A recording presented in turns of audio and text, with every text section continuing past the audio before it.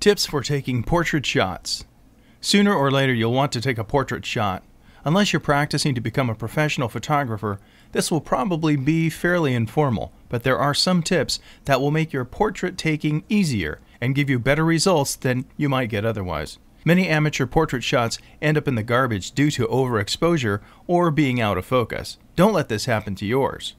When you take a portrait shot, you need to focus on your subject's eyes. Character is in the eyes, and you want to express the character of the person, not just an inanimate picture. Use an aperture of f8 and be about 3 feet away. Make sure your subject is relaxed and in a happy frame of mind. If they're angry or tense, it will show up in the photo. Chat with them, make jokes if they're that type of person, or play music.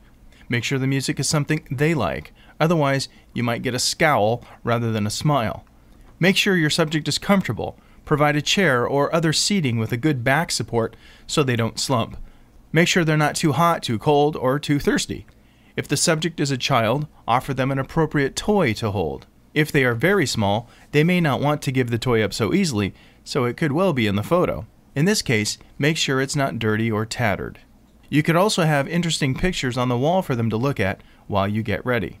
You will need to get all your props and things ready ahead of time. Children and older people get anxious if they have to wait.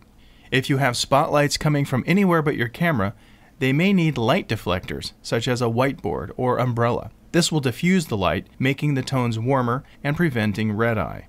The background is important. If you're taking a portrait in your house, you won't have access to much gear with which to create a plain background, so try for a blank wall. One with wallpaper could be good to prevent light reflection.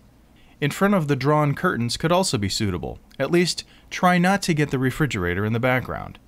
An ordinary 35mm camera is ideal for portraits, but they can be taken with other cameras. If you don't have a 35mm, just use whatever you have and see what happens.